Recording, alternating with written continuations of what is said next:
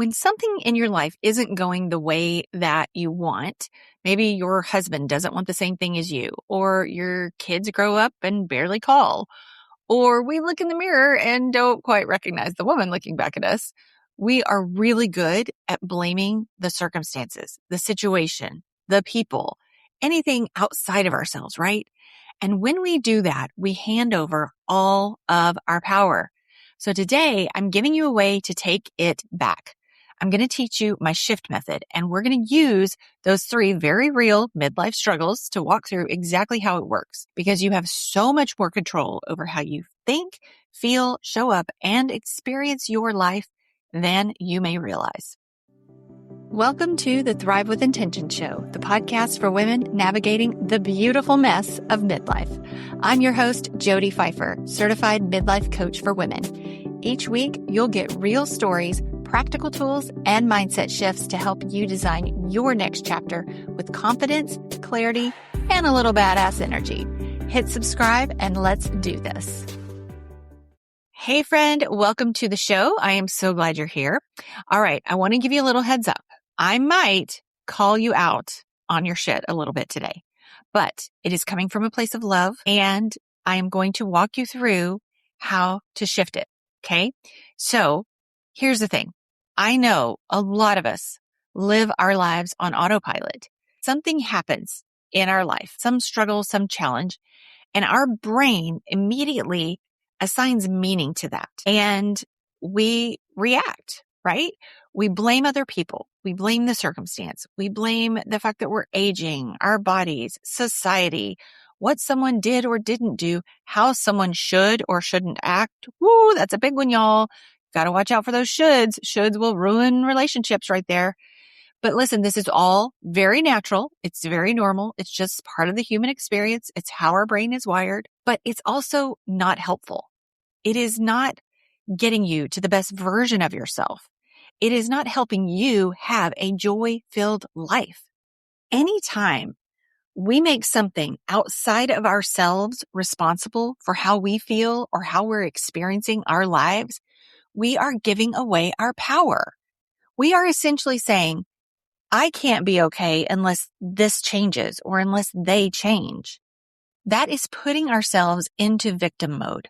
It is putting ourselves into powerlessness. So it's important to talk about what we cannot control here, right? We cannot control whether our partner wants the same things we want or agrees with us about every little thing. We cannot control how often our adult child calls us or wants to come see us. We cannot control what other people think of us. We cannot control the fact that we are aging. We are getting older. That is happening.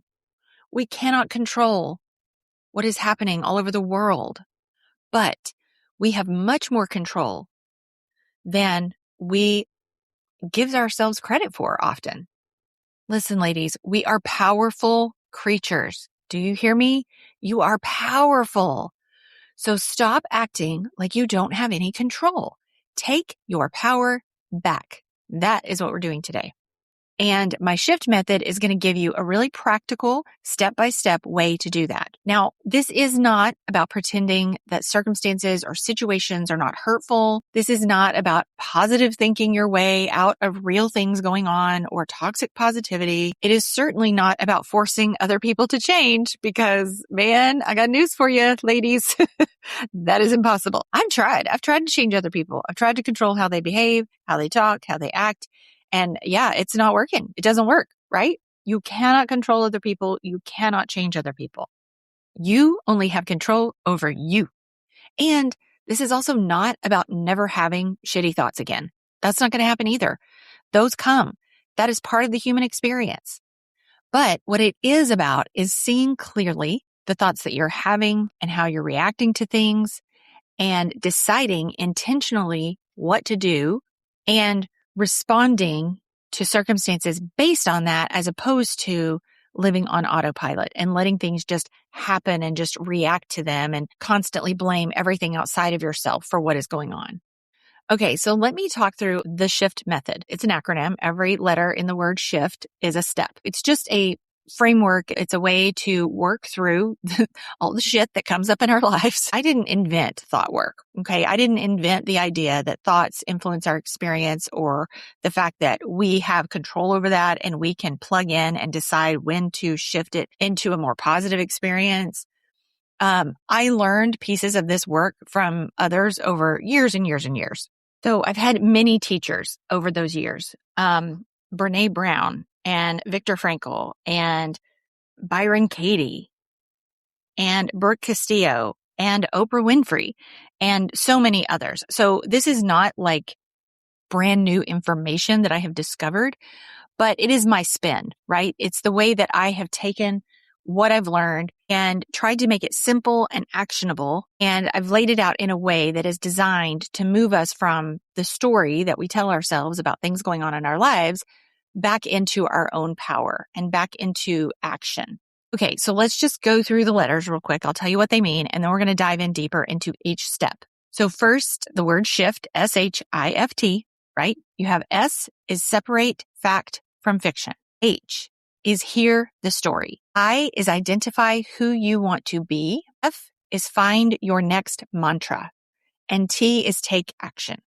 So let's start with S, separate fact from fiction. What does this mean?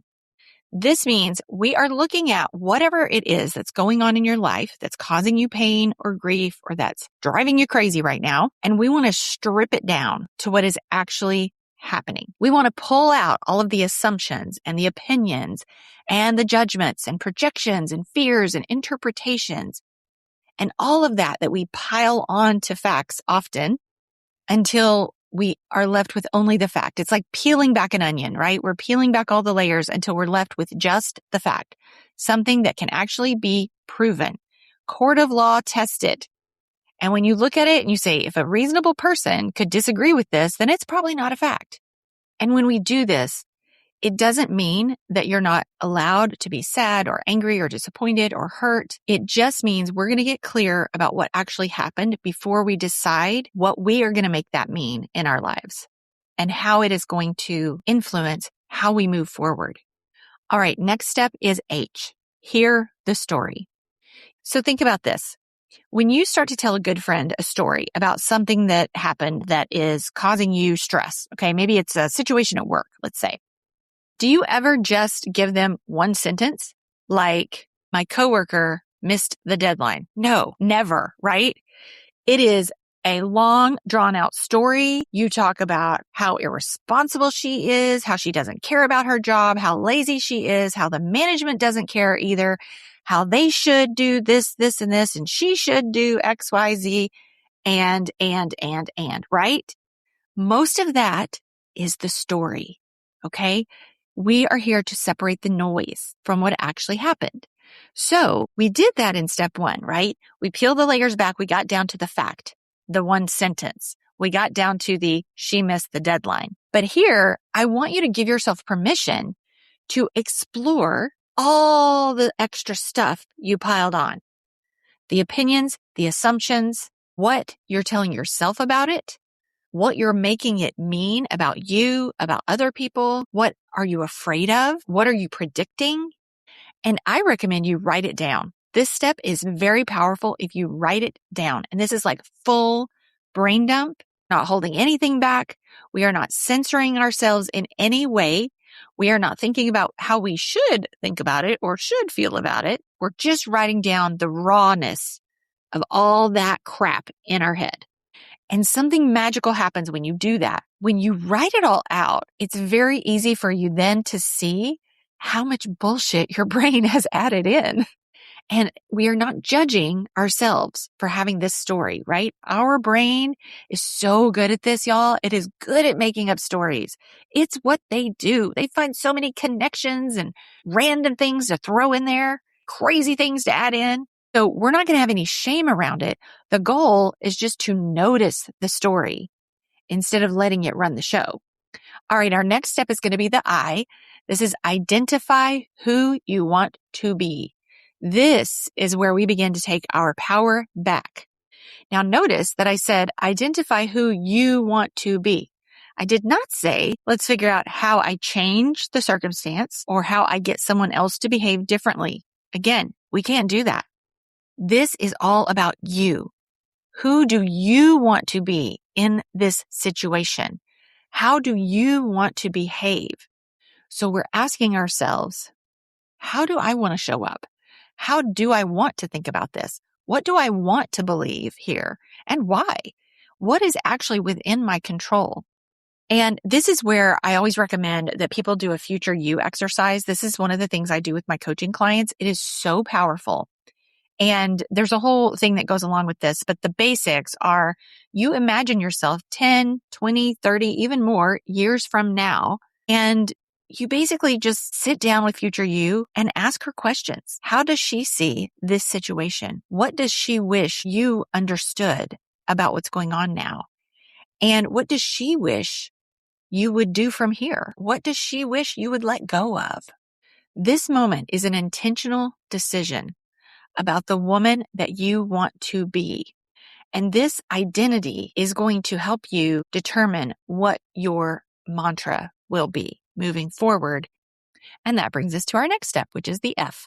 Find your next mantra. So again, from this identity work that you just did, what does that woman believe about what's going on right now? About this fact that we're dealing with? And what thought does she return to when that old story, that long drawn out, crazy sounding story wants to show back up? And I'm not talking about just a random positive affirmation. We're not trying to fake it till we make it. We're not trying to trick ourselves into believing something that we don't believe. Because we chose it from the chosen identity, the person we want to be in this situation, it is much more grounded, right? It's going to be believable. It's an intentional thought. Because here's the thing, those old crazy thoughts will come back up for sure. They'll be popping in popcorn in your brain all the time. So the mantra is just something that you can kind of hold on to. It's like an anchor. It gives you somewhere intentional to return to when those popcorn kernels are knocking you upside the head. So this is just a way of practicing a new way of thinking. We're not demanding that your brain never produce another crappy thought, because that's just not going to happen. But we are practicing and we are training our brain to think slightly differently here. And then we come to our T, which is take action. Well, what does that mean? Well, exactly what it sounds like. If I believe my mantra, if I believe the woman that I've just identified, and I want to move forward in an intentional way, what do I do now? What is within my control? What is a next action that I can take? And it may be multiple things. And then we freaking do it. Because listen, we can identify and we can do future self exercises until the cows come home. But if we don't actually make a move, there is no shift, right? We still stay stuck. And your next action doesn't have to solve the whole situation. It just has to be one small thing you can do to move yourself toward the woman that you decided you want to be here in this setting, in this circumstance. And the beautiful thing about the shift method is you can literally apply it to anything, and you can come back to it over and over and over. And you will have to do that. This is not a one and done thing. Again, our brains are so good at making up all the crap and pinging us with it nonstop. And it has been trained for a long, long time now to do that. So it's going to take a little work and practice on your part to shift the way you think. But this is how we start that shift. Okay, I feel like I've said shift like a million times here, but there's a reason I named it the shift method. All right, so let's apply this to some of our real life examples now. We're going to just walk through it so you can see what it might look like with a real circumstance, a real situation, a real problem. Maybe you are empty nesters now and you are ready to travel the world. You want to go all over the place and your husband does not want to travel at all. So first of all, we want to really look at it. I want to travel. He doesn't. That's what I'm telling myself, right? But even that might be a story if you really look closely at it. It might be fiction. The actual fact might be, I want to go to Italy next year. He said he doesn't want to go. That's it, right? That's the fact. We had a conversation. This is what I said. This is what he said. Direct, very clear, proven in a court of law. Nobody could disagree. Because the truth is, he might want to travel with you. Maybe he just doesn't want to go to Italy. Maybe he's afraid of flying that far. Or who knows, right? There could be all kinds of reasons that he said no to that particular trip. So be very careful about your assumptions here. And then again, it may be true that he doesn't want to travel at all. That is also possible, but you might need a little more information. But for our example, we're going to say we've had a couple conversations, and for now, it's Italy. I want to go to Italy next year. He does not want to go. That's what we know for sure. Now we go into H. Hear the story. Hear the story that you're telling yourself. Figure out what you are making that mean about your relationship, about him, about you. And we sit and we write it down. And we write down all the thoughts, all the crazy. We get it out on paper. You're not going to have to show this to anybody. You can burn it when you're done. Doesn't matter what you do with it. But it is cathartic to get it out. And it really does give you different perspective when you see it all written down. And again, we're not censoring and we're not shaming. So some of the things you might write down are, he hates traveling. He's boring. He's holding me back. We want completely different lives. I finally have the money and the freedom to travel, and I have nobody to travel with. I always thought we would do this together. If he loved me, he'd want to experience this with me. Other couples travel together all the time, and they have such a great time. We're growing apart. I'm going to spend the rest of my life sitting at home. Okay, these are just some of the examples of things you might write down. And you can look at it, and you can hear me say it, and they sound very negative, don't they? Very negative, very accusatory, very victim-y, right? And seeing that is so powerful. That's why we do this step. This is why I want you to write it down. So now we move to identify. Identify who you want to be in this moment. Not, how do I get my husband to travel? Because that is trying to control him. And I've already said it. You can't do it. It's not going to work. So instead, we're looking at, who do I want to be if he doesn't want to go on this trip? Or even if he doesn't want to travel at all. And some of the things I want to be in this might be adventurous. I want to be curious. I want to be someone who experiences the world. I also want to be a loving and connected wife. I want to be a woman who doesn't resent her husband for wanting something different.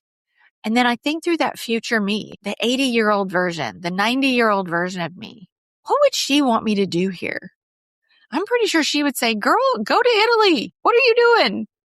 You can have your stuff and he can have his. Everything you do doesn't have to match. Go enjoy Italy and let him stay home and enjoy something he likes to do. And then you can tell each other about it and bond and connect that way. Now, again, I've got a deeper future you exercise that's a little more in depth than that I go through with my coaching clients, but that's just a taste.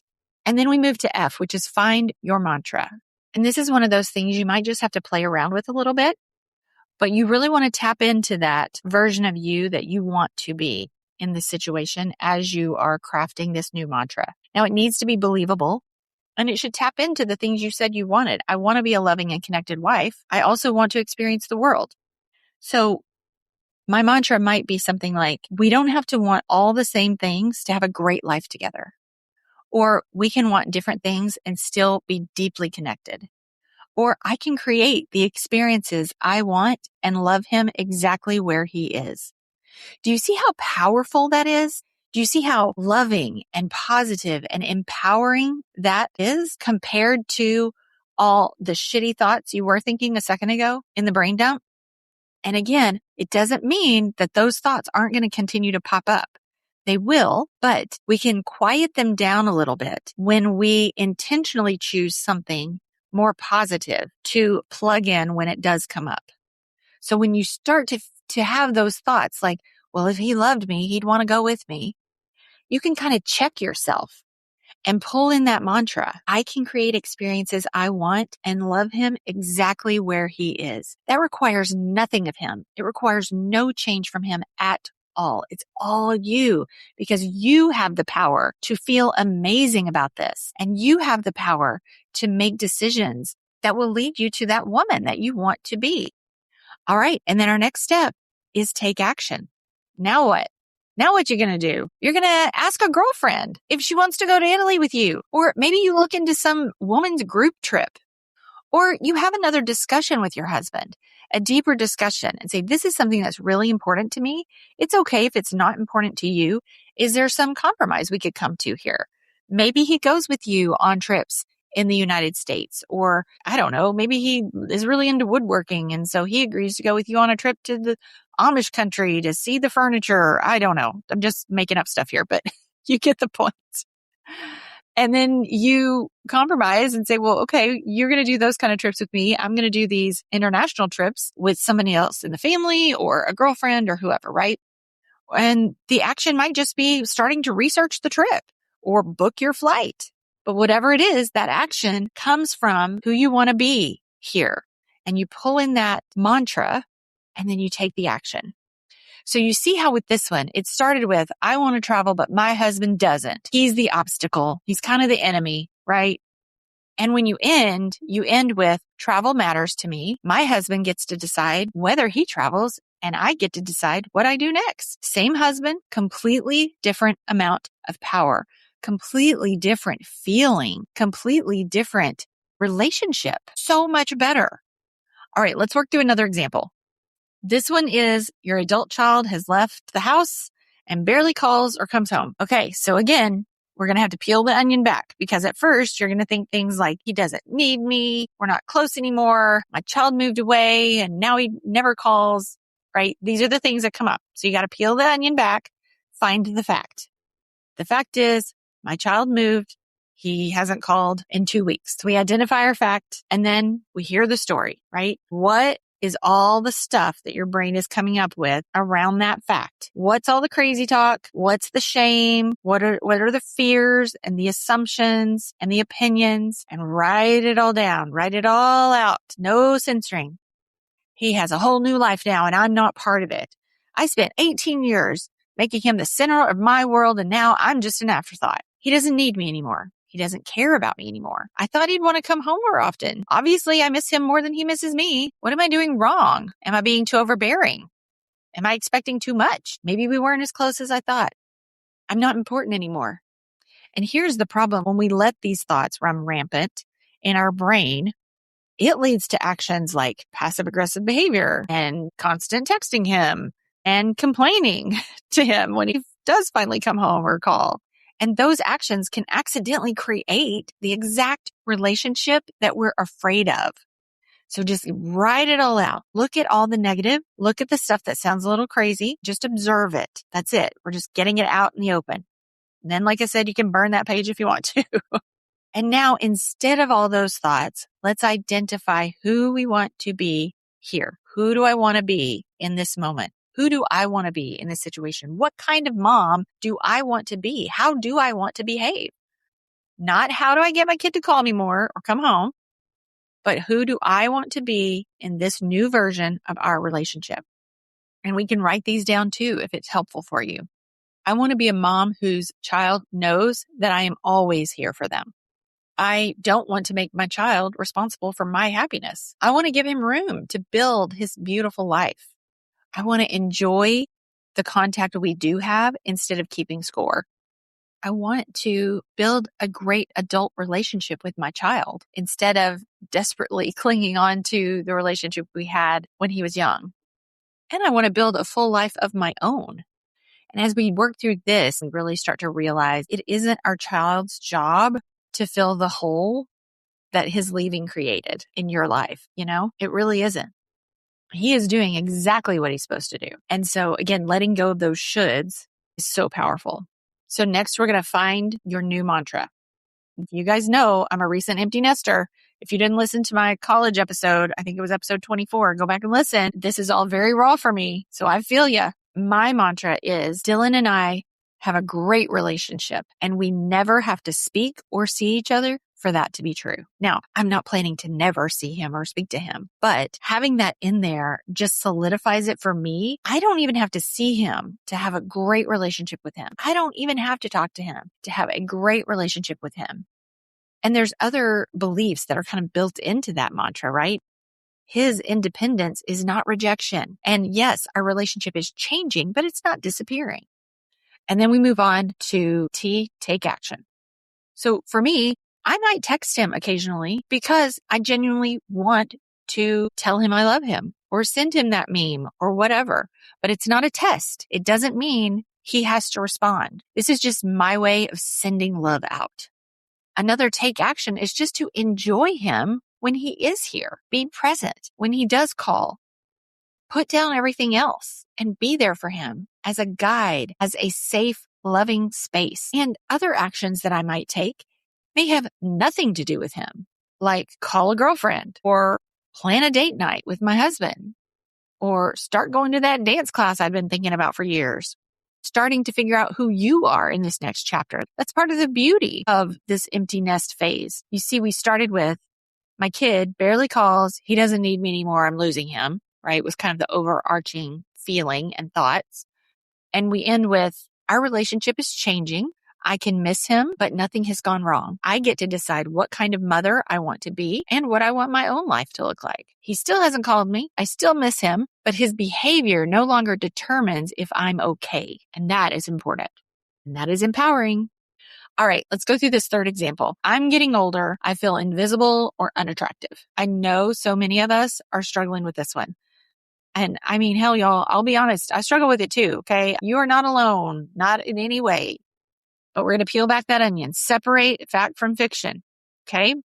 I am 50 years old. My body looks different than it did when I was 30. I have wrinkles that I did not have 10 years ago. Those are facts, right? The things that are not facts are I'm unattractive. I guarantee I can find somebody who would say I'm attractive. Somebody out there in the world, there's at least one person who would think I'm attractive. It's not a fact. Peel the onion, find the fact. Okay. And then hear the story. What are you making it mean? Write it down, brain dump it out, no censoring. Write down the shoulds, write down the opinions of others, assumptions, all of it. Write it all down. I hate pictures of myself. I used to be pretty. My body's only going to get worse.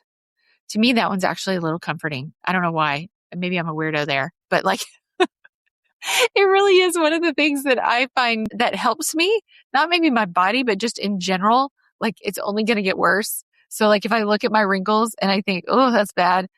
Well, it's only going to get worse. So you might as well figure out how to accept it, right? That's kind of how I think about it, but whatever. I realize that may not be comforting to everybody. Things like, I shouldn't care this much. I bet we've all felt that one. And then you have shame about the shame. Like you're ashamed of how you look and you're ashamed that you feel bad about how you look. And listen, these are deep seated, y'all. I mean, this stuff has come from decades of messaging about women's value and youth and beauty. But just because society has handed you this story does not mean you have to keep telling it. So write it all out, read through it, identify the crazy, see how crazy it sounds, see all the negativity that's in there, and let's make a different choice. All right, we move on to identify. What kind of woman do you want to be? How do you want to age? This isn't, I want to look 35 again. Not coming, ladies. That's not happening. Rather, it's who do I want to be as I age? I want to be a woman who takes care of her body because she genuinely loves herself and wants to be around for a long time to experience life and be with her loved ones, not because she hates her body or she's desperately trying to look 20 years old. I want to feel sexy. How about you? You want to feel sexy? Hell yeah. I want to appreciate what my body can do. 80-year-old you looking back at 50-year-old you, she's not thinking about how old you looked. I guarantee it. She's thinking, damn, you looked good, girl. I wish you had appreciated that. That's the kind of thing she's going to think. She's going to think, you're so young. You're wasting so much time and effort and energy hating yourself. Stop it. Stop it. So now let's find a new mantra. What's the new mantra going to be? So maybe it's something like, my younger self was beautiful. So am I. Or maybe get a little rebellious. I refuse to spend this chapter wishing I were in the last one. It could be as simple as, I like the woman I am becoming, wrinkles and all, right? If you want to tack that part on. Or this is what a life well lived looks like. That's a little bit badass, isn't it? Doesn't that feel a little bit powerful? I think so. Then take action. Combat those negative thoughts that come up when you look in the mirror with your new mantra. And listen, you can go do things, get your hair done, get some Botox, whatever. If that makes you feel better, that's okay. This method does not dictate what you're allowed to change. It just helps you ask, where is that choice coming from? Right? If it's, I'm unacceptable, I need to be fixed, that's not okay. But if it's, I enjoy taking care of myself and this is something I want, that is okay. You just want to like your reason for doing whatever it is you do. So we started with, I'm getting older. I'm not attractive anymore. I'm invisible now. And we ended up with, my body is changing because I am aging. I get to decide what I make that mean, how I take care of myself, and how fully I show up for this part of my life. The wrinkles are still there, right? Society has not magically changed the messaging around aging women, but you have changed. You change who's in charge. You change how you show up. That is beautiful, my friends. All right. Think of one thing. Think of one thing you're struggling with right now. Maybe it's one of the things I gave you as an example, but it could be something else, right? It can be anything that's making you feel like shit. Don't choose 12. Just choose one thing, and walk yourself through the shift method. Peel back the onion, find the facts. Separate facts from fiction. Do your brain dump. What's the story? What are you making it mean? Hear the story you're telling yourself. Identify who you want to be now. How does she think? How does she behave? Tap into that future you. Find your new mantra. What is the thing you're going to come back to when those old thoughts appear? And then take action. If I'm the woman that believes that mantra, what action do I take? And when the old story comes back and the old thoughts come back and it gets to be too much, that's okay. Shift again. Sit down. Go through the method again. So the goal here is not to control everything. The goal is just to tap into what you can control, to take back your power and intentionally become that woman that you want to be.